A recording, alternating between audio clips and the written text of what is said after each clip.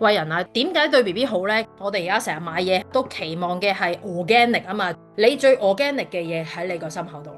你嘅人奶係完全由你製造 fit to 你個 BB 嘅需要，你嘅奶俾隔離個 BB 食都未係最 fit 嘅，因為佢真係就住你個 BB 嘅需要而去做，包括佢嗰啲嘅水分啊、蛋白質啊、脂肪含量啊各樣嘢。其中好重要嗰樣嘢，當然入邊有啲活細胞啦，有抗體啦，有免疫因子啦，呢啲嘢全部咧係 live 嘅，所以其實咧每一滴人奶入邊咧都係有生命喺入邊嘅嚇，就唔同奶粉啦，奶粉就一定係製過嗰樣嘢，佢入邊係死物嚟嘅。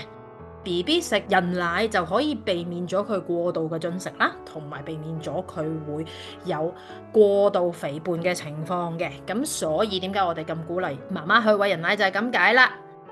世界衛生組織喺1992年開始做咗好多唔同嘅研究啦，發覺對於 BB 嚟講，全人奶咧係可以保障到佢健康啦，避免佢有唔同嘅疾病啦，亦都令到佢大個之後咧減少一啲病症，譬如心臟病啊、血壓高啊、糖尿病啊咁。